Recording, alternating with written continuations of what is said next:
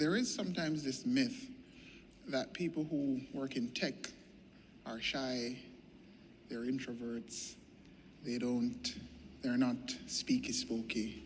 And I think Kayesu has helped us to demystify that myth with that eloquent presentation. MK told us that human intelligence is the keystone, human in the lead rather than human in the loop. And Kayesu says the future of cybersecurity, quote, does not begin with advanced technology, it begins with people. At this time, it is my pleasure, therefore, to introduce this panel titled The Human Element, Building Psychological Resilience in the Cyber Workforce. And that panel is moderated by Meredith Ward, and she is the Deputy Executive Director at the National Association of State of Chief Information Officers. Please help me in making them welcome.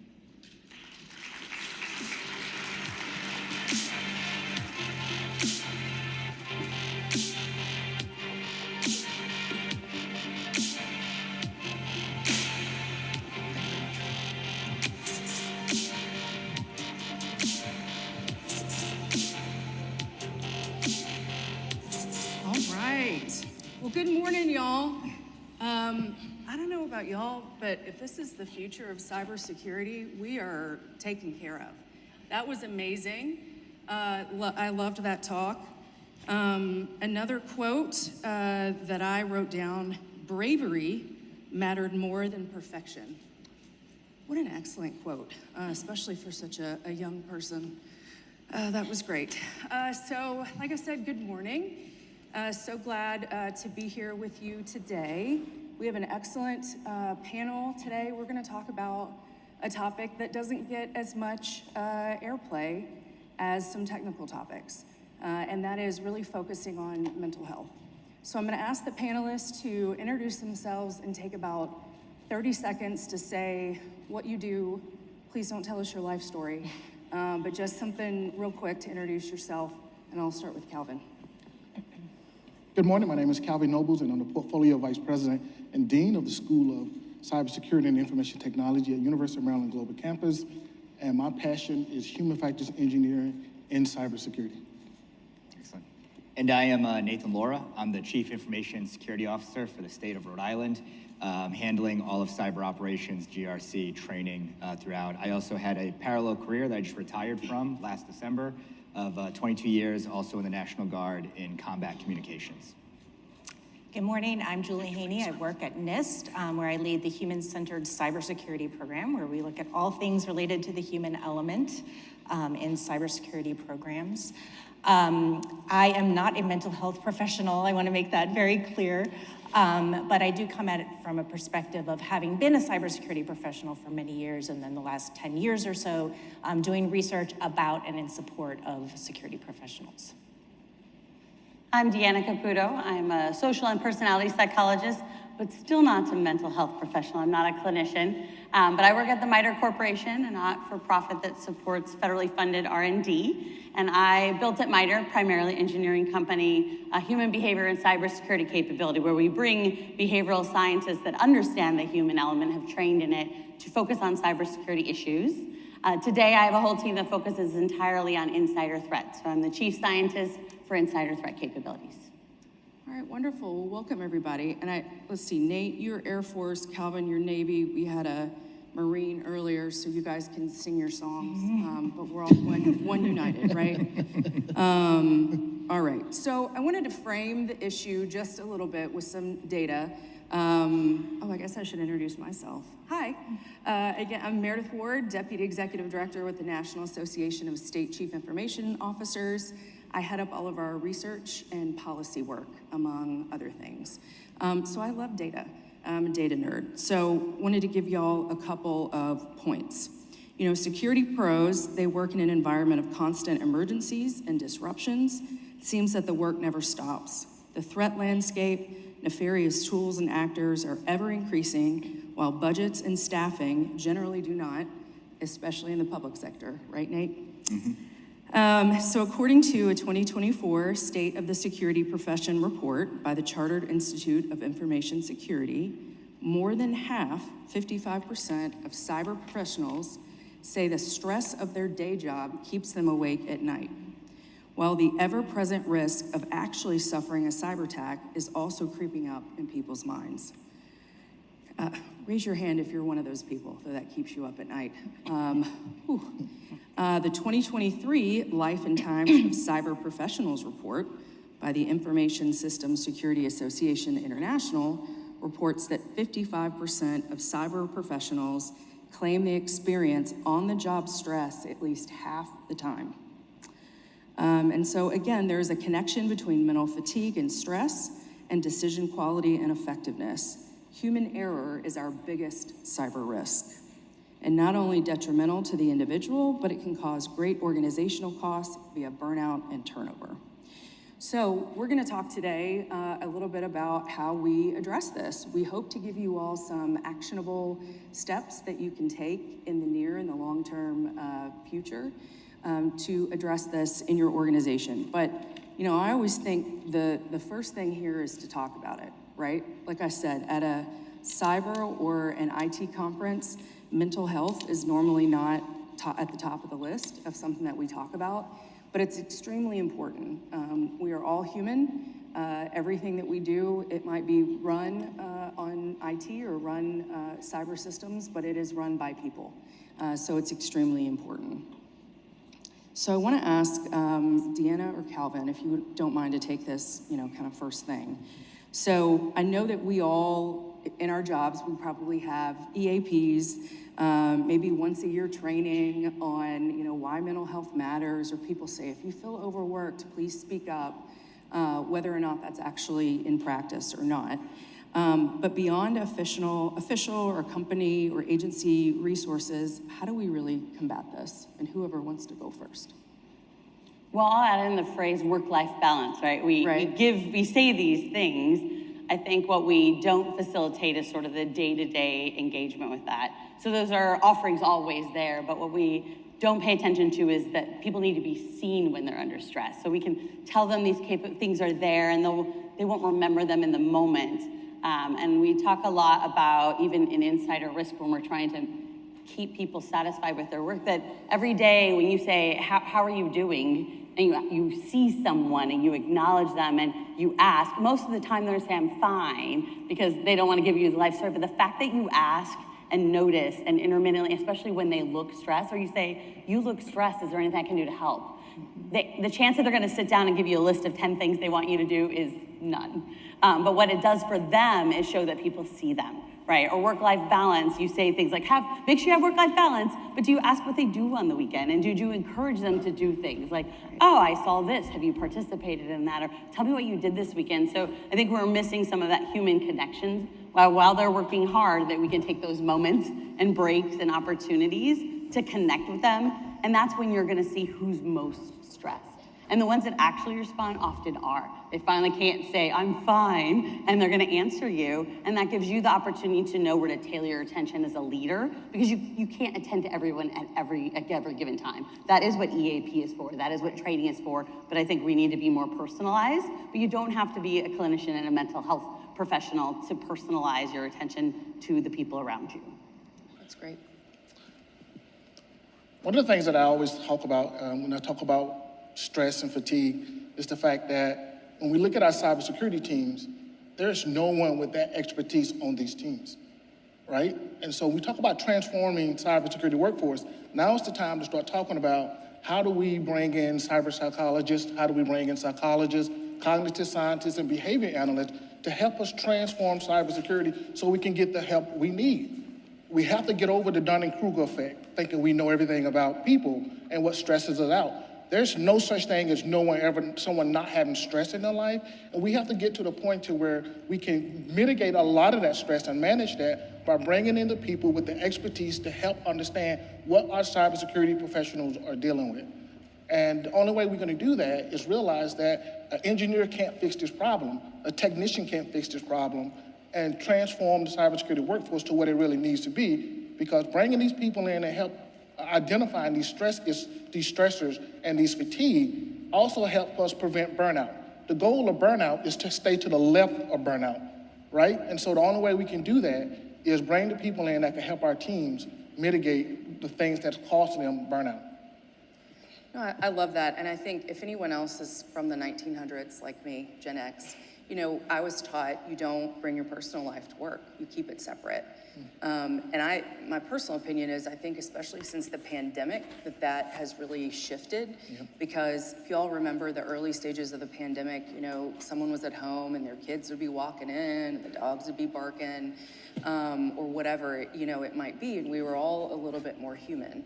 So I don't really think that exists anymore. And as, you know, y'all were kind of saying, if something is going on up here, it's harder for someone to get that job done and harder for them to, you know, not reach burnout. And by the way, if I direct a question to somebody and somebody else has something great to interject, please feel free. We want this to be definitely a conversation. But Nate, I want to, you know, ask you in your job, you know, again, you said you retired from the military. You're also, you know, CISO state, and I know state CISOs have one of the toughest jobs. What are some real world examples or programs, pilots, anything from the military, from the state that you've seen that you think, you know, can really combat this? Yeah, so it's a great question, Meredith. I think a lot of what we do here is we sort of, in the field, and I think I'm the only non-doctor on the panel, so I'm the tactical element here in practice. But I think what happens is we use this word resilience, we use the word work-life balance, but then the leaders themselves in the organization are not implementing this, right? So I think the key to success here is I can give you like, hey, we did this program, we did that, but it all boils down to just be authentic and real, right? So myself as a CISO, I will fully admit, I was right of burnout. We in the state, it's national news, we had the largest breach we've ever had. And I had two things working against me. One, it plays out in the public. So every decision I make is discoverable, it's apparable. Everyone can read every email conversation I've had. So every decision I make is being scrutinized in the public. I'm seeing it on social media comments. And then I have the decisions of, hey, we've had constrained resources or we've never built this team out to where we are, but I need to push the team to get to where we are. So I think being able, just authentic and saying like burnout is real, work-life balance doesn't exist right now, and let the team know that this is a temporary stressor, that we're gonna get through it together. And I think I mentioned earlier of being seen, right? Acknowledging that it's like, this is not fun right now, here's our plan to get out of it.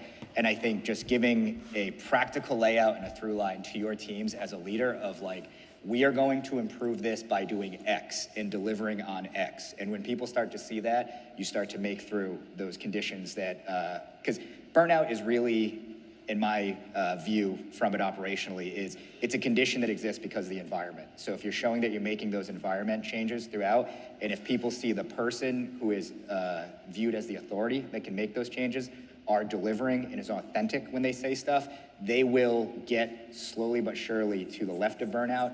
Or if it's a situation where I see a lot of heads nodding in the crowd that maybe you're not going to be able to get that head count, you will not have that budget, the team at least learns how to operate in the status quo of burnout, and those stressors become less impactful day to day. No, I love that. And I also wrote down what Deanna said, people need to be seen. And I had a couple practical things. Please do. And so we have natural disaster teams, though. So sometimes I feel like we behave in cybersecurity like other high intensity teams don't exist, right? There are teams of people whose job is to scour the internet for porn and child porn all day. Yeah. Child porn all day. They sit in an office and that's what they do for the Bureau and other places. And so that stress and the burnout and the overwhelming and the mental wellness is there. So what things do they do? What do we do when we laugh? So they find reasons to laugh.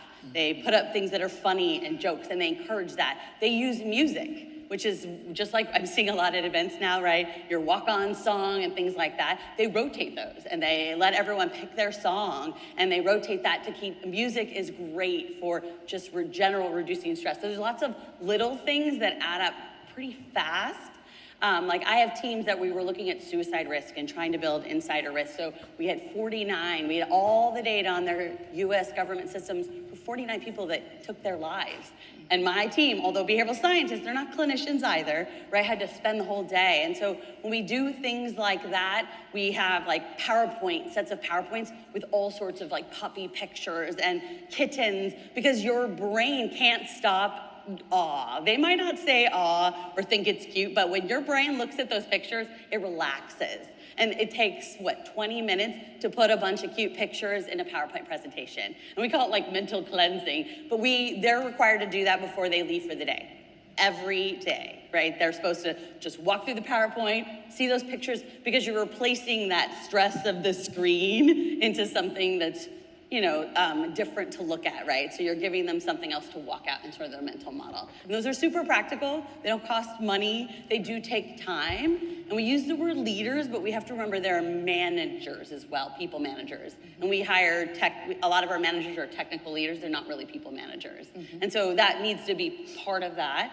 Or find someone who's not a manager or leader and ask them to be your fun person. Again, you can go overboard, right? They're not in college, and some people don't enjoy all of those things, but the music, the funnies, the laughter, and those kinds of images, like replacement for what they're doing all day, has a much greater impact than you will ever anticipate. And you'll get feedback from them where they tell you how much value that produces when they go home. Yeah, if I could also add, I think the previous speaker did a phenomenal job talking about community and how community and mentoring really helped her in her career journey. And I think developing that sense of belonging, having different groups, community groups, where you can talk with other people who are in the same position that you are, who are dealing with the same types of challenges, who understand where you're coming from, whether that's from a job perspective, different demographic groups, different types of affinity groups, can be incredibly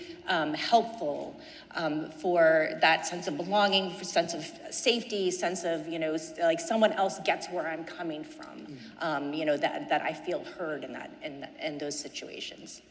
No, I love that. I think that's really good advice for all of us, because I don't know about y'all, but every time I wake up, I think, what is it going to be in the news today that's going to, upset me or send me into a tailspin? And so, on Instagram, it's like I'll look at pictures of dogs or pretty pictures of landscapes or something like that, because y'all are exactly right. I mean, I don't think as humans we are built to be under this much stress all the time. And then when you have a job that is constant stress, as Nate says, your people in the public know who you are and the decisions that you make. It's really tough for our brains to really handle that. So Julie, I want to stay with you a little bit. So we've talked kind of about some shorter term things or easier things that folks can implement, but I'm curious, and this is a loaded question, I'm just going to tell you all right now, that if folks are in the room right now and maybe they work for an organization or their team lead who is not as open and maybe thinks, well, just stiff upper lip and just deal with it, what are some ways that folks in the room can really start that cultural shift to be more mental health aware, positive? Yeah. I think culture is the key word there. Developing a culture within an organization. And by culture, I really mean values, attitudes, beliefs that kind of permeate the entire organization. Developing an organization, first of all, that values and supports psychological safety. For those who aren't familiar with the term, it's that sense that I can speak out about a concern I have, a problem I see, a mistake that I made, and I can do that without fear of retribution. There was some great research that came out of Tufts University a year or so ago, exploring sense of belonging and psychological safety among security professionals, and they found across the board, security professionals have this very low sense of psychological safety. So how can we promote that within the organization? How can we give security professionals a voice to say, hey, I'm really struggling with this, or I feel stressed, or I need some help with this, or these are some challenges, these are some barriers that I need removed, without coming across as appearing to be weak or as a kind of a troublemaker or a complainer. So I think building that type of culture is really important. I also want to touch on one of the panelists yesterday said that she didn't, I think it was with the sports, cybersecurity and sports, said that she didn't want her department to be the department of no. And I think there's this antagonistic relationship often between the security group and kind of the general employees. They're kind of seen at odds. So how can we promote a culture in which everyone sees their part, their responsibility in cybersecurity, and they're acting as partners? Hey, we're all trying to protect information and people and assets and trying to accomplish our organization's mission. We're all working together. How can we do that? Acknowledging, I know this is disruptive to you. How can we make this better? What options can we provide you? And developing that trust between the security group and the employees, I think, is really important, and that culture that supports that kind of two-way communication. Can I jump in on a point you made? Nathan, Calvin, yeah, absolutely. So I think you hit a great point, and I've never used the term for it. We call giving somebody a breathing room, right? Or just being like having some grace. But that psychological safety is imperative. And I can say practically from our team, prior to, ironically, my boss was a former CISO, so that's a different problem in itself to tell your boss that the decisions you made were wrong, and I'm here to correct them. But one thing on the team that we did was, my boss, even before me, laid the groundwork of changing that narrative. And I think what happens is with security, that pressure, that low psychological safety is, I'm going to be fired because I'm just the person that found that there's an issue, right? Not that I caused the issue, not that this is a system I own, but I'm just the messenger, and I'm going to lose my job because I didn't catch this fast enough, or I didn't prevent it throughout. And there's always that line that in security, you have to be perfect 100% of the time, and an attacker just has to be right once, and they can be wrong 99% of the time. And I think when you take those factors together and it gets to that root of the problem of, like, as a leader, creating that environment that says it's okay to make a mistake, you're not gonna lose that job. I think that drastically helps to reduce burnout. And we've seen stress levels, like the fight or flight response on our team has drastically dropped down when we start to say, we're not holding you accountable for others' mistakes. You're not gonna die for other sins. Your job is to notify, your job is to talk risk, and your job is to be the person that is sort of the sounding alarm. And when people start thinking, oh, I'm just the alarm to notify people and not the person held responsible, that changes everything. I think one of the things we have to do in cybersecurity is stop reinventing the wheel. There's other socio-technical industries, and cybersecurity happens to be a socio-technical field, that are already doing some of the things that we need to do. For instance, in aviation, they have something they call aviation safety. It's when you know something caused an accident or you cause an accident, you ask for safety privilege, right? And then when you get safety privilege, you spill the beans. You say, this is what happened. And what you say cannot be used against you in a punitive way. And so I think that practice will serve us very well in cybersecurity. I think the other thing we have to do in cybersecurity too is really understand that when we design our cybersecurity ecosystem, especially at large companies, you have to design the system for the people, right? So think about a surgical team. Surgical teams perform surgeries every day, and they are very successful at a very high rate because that suite was designed for them by them. Same thing with a cockpit. Pilots perform very well, not because they're smart, some of them are, but they also design that cockpit for them, by them, right? And so in cybersecurity, your cybersecurity teams need buy-in into the ecosystem that you are designing, because when they get that buy-in, they perform better, right? And this is why human factors is so important in cybersecurity, because you are intentionally designing for the behavior and the performance that you want. And so until we start doing that, we're still gonna see a lot of frictions around the human element in cybersecurity. I think that's fantastic, and I think cyber is a new enough area that's probably not something that most people think about, is designing, as you said, systems and the way that we do things around that. So those are some excellent points. And sticking with you or anyone who wants to jump in, a word that we hear a lot is resilience.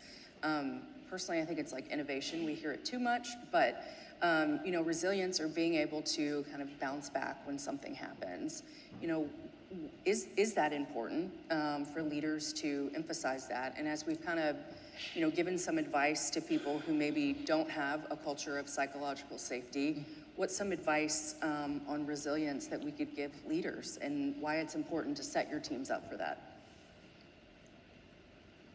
I'll Yeah, go. you wanna- I think one of the things you have to do is that when we talk about resilience in cybersecurity, a lot of times we're talking about it from a technical perspective. We don't really talk about it from a human perspective. Right. So what does human resiliency look like? It looks like having resource groups and programs to really target the human, to really understand the complexity of what they're dealing with, and to take that complexity situation and simplify it as best as you can so they can perform and behave better. I think the other thing you have to do when you talk about human resiliency is understand that human variability is huge.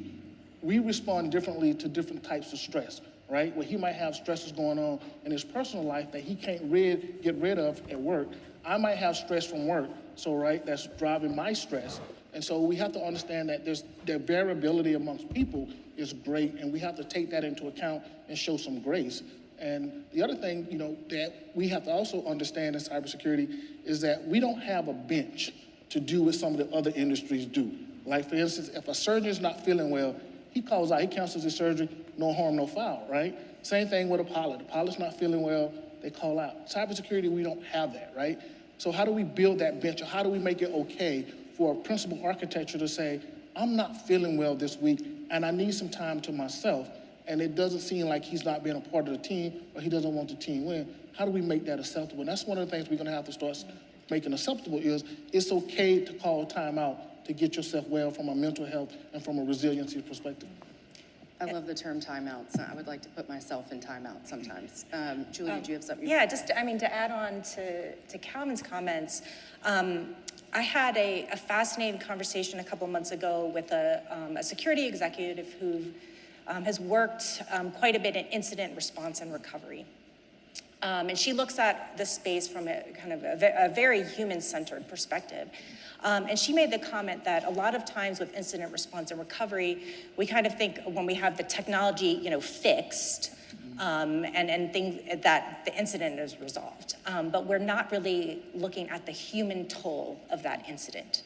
And so especially on security professionals, they're the ones that get blamed, have to put in the long hours to fix the problem, to figure out what went wrong, to fix the problem in the recovery.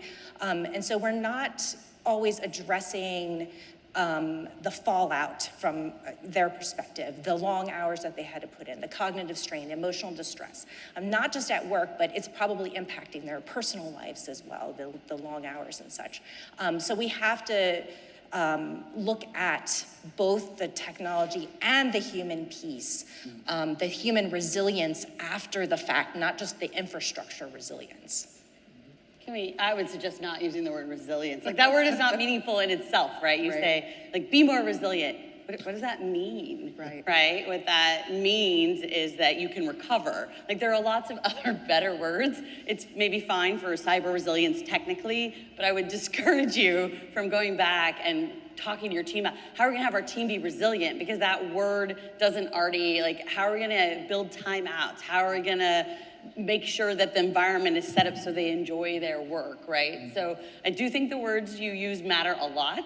Yes. As Julie has talked about and others have, culture, but do remember of climate. So a climate is driven by that leader in that room, your supervisor, your coworkers. A culture is often much larger, it's slower to change, but any one of you can change the climate, right, with your team, in your room, at any time, right? Senior leaders who say, I need a timeout, right? I'm not coming in today and actually explaining and then modeling, right? So we have role modeling for a reason. Right. And I think one of the things I don't see is senior leaders acknowledge, and I mean senior from C-suite down, right? It's a top down. If you really want that resilience and you want people to be honest, you also you have to cheer that, and you have to role model it. You have to say that that's okay, because they're looking for that socially acceptableness, right? They're looking around and they're trying to see what is acceptable in that environment, and that immediate leader and then those above, the manager, they drive that. And you can change that tomorrow yourself, your bosses, that's hard to change. You start modeling it though, and you explain to them why you're doing it and the benefits that you see on your team, and it sort of perpetuates, and that slowly gets us to culture, right? And changing the org's culture or that whole department's culture. But don't underestimate what you can do today if you supervise cyber and security people in creating a climate that makes these things all acceptable now, right? But it usually starts with you showing them that it's okay. I love the climate versus culture thing. I'm going to use that in my team. So a lot of what I hear y'all kind of talking about too, I would call signaling. You call it, role modeling. 20 or so years ago, I had a boss who would send emails at 5 a.m. on a Saturday morning, and he would say, well, I don't expect you to respond. I'm like, okay. He was a former police colonel, so he absolutely did expect me to respond on a Saturday.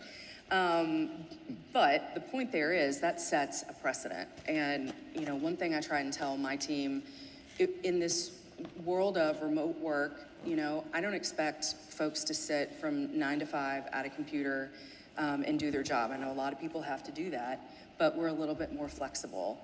And so I, tell them all the time, like, it is not expected that you put in hours on the weekend or you do whatever. If your coworker wants to do that and that's when they get their work done, great.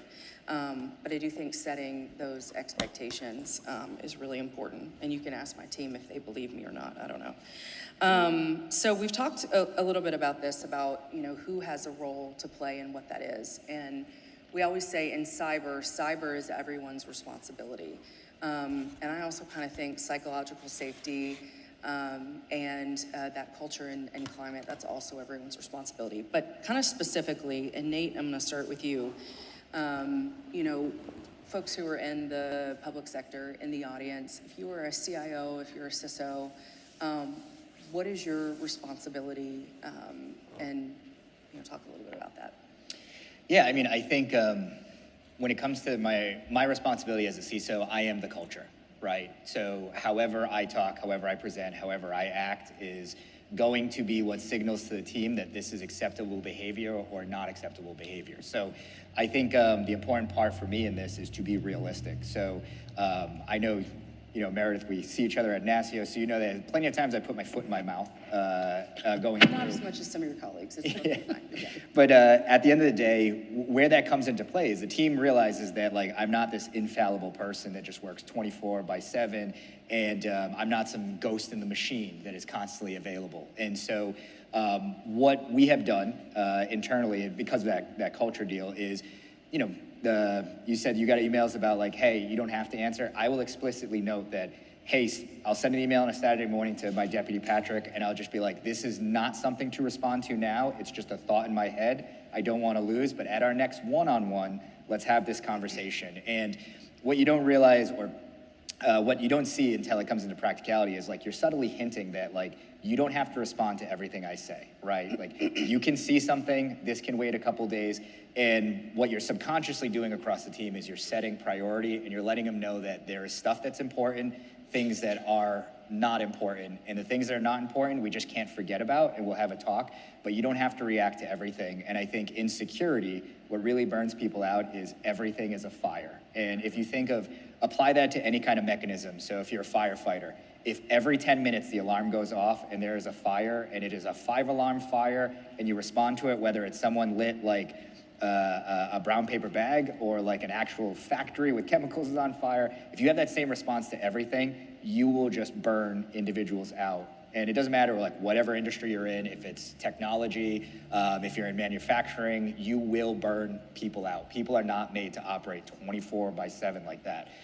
So when you make these small, subtle changes and have these small interactions, and again, to bring my point home, is that you really change the culture to let people know that you can take a breath, you can prioritize yourself, you are a human being, and you have autonomy over your life, and it's not just this person, this email address that is constantly stressing you out. And I think that, to me as a leader, is the most important aspect of, I have a strategy, I have a budget, I have things to manage, but I also can take a few hits on things. I can also let my team take a break. And I think the panel has made a great distinction. You keep talking about, like, the resilience factor is recovery. And I think resilient, again, is a bad word, but I think the part of it that's important is the recovery aspect. And if you do change that culture as a leader and you give your team actual time to recover, time to disconnect, you will see those burnout rates drop. And I will tell you, I've seen the opposite of it. So when we came off the breach, we went right into the largest ERP project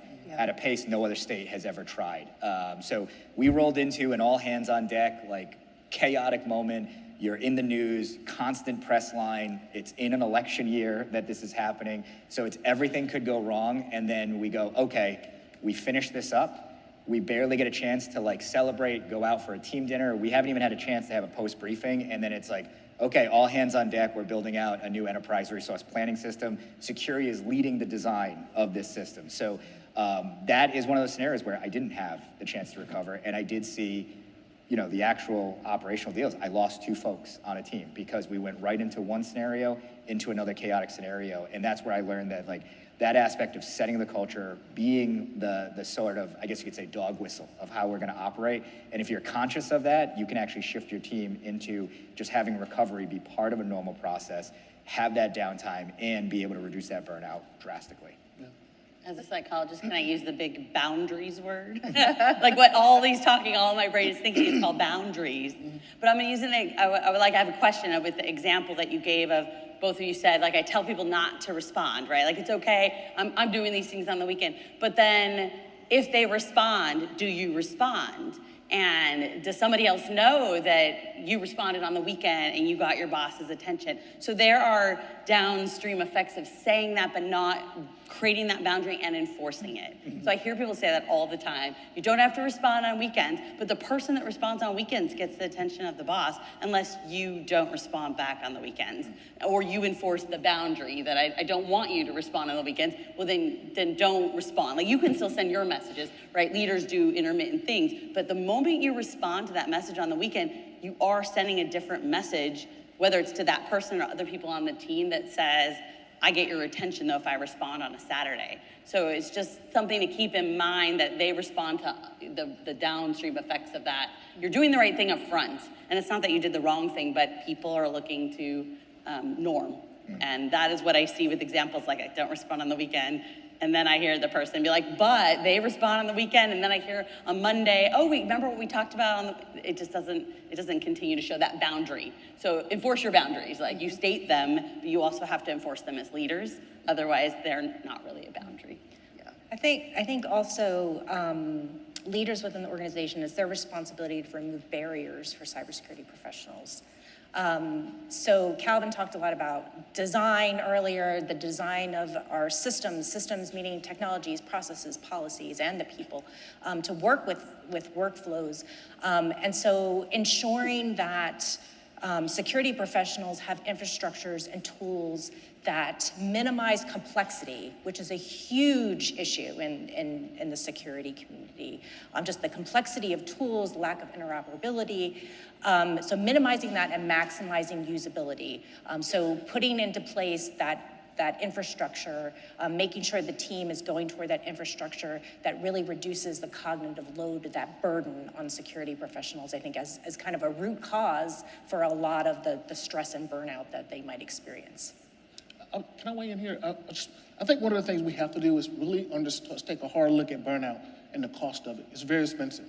What most people don't realize, in order to completely recover from burnout, it takes, on average, anywhere from 2 to 4 months, completely removed from work. That's not responding to work emails. That's not talking to your coworkers at home. That's completely removed from the work environment. So when you talk about 2 to 4 months, and we'll pick on our principal architecture, a very key role in cybersecurity, right?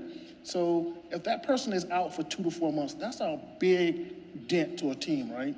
And so this is where leaders have to come in and understand what burnout really means. And this is why I always say, let's not talk about burnout. Let's stay to the left of burnout. As long as we stand to the left of the burnout, it's a little more manageable.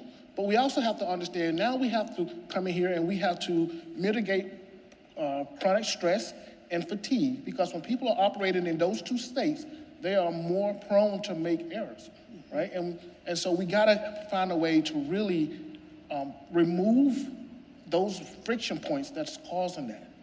And so until we do that, we just gonna be working in a cyclic system where it just ebbs and flows. I love that you say that because sometimes I hear folks make an argument or make a point to their supervisor or whatever, and I'm thinking like, that's not how to reach that person. So a lot of people, when you say, well, it's the right thing to do, or we need to make sure our people are supported, there are people who will go, I don't really care about that.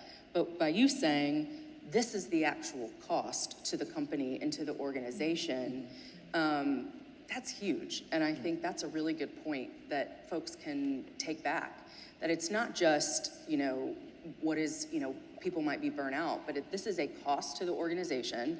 And we know that if someone, gets so burnt out, they have to completely walk away from the job, the cost to replace that position. So, don't be afraid, folks in the audience, to use that kind of, those statistics and that kind of information if you're trying to convince the powers that be at your office that this is really important. So thank you, for that. So in our last couple minutes, I just kind of want to do a lightning round. And for y'all to give kind of your best piece of advice, parting words of wisdom for the group. And Deanna, because you're right next to me, sorry. I'm going to start with you and then go down the line. I guess it's be human, like the humans that you're looking at, right? And recognize that they're humans, and it isn't do unto others as you would want to have done unto yourself, right? It's the platinum rule. It's do unto others as they would want to have done unto them. And so if you know them well enough, you know even the small things, like the one that likes chocolate. I have someone on my team that has a lot of physical health issues because she was in the military and she was injured there.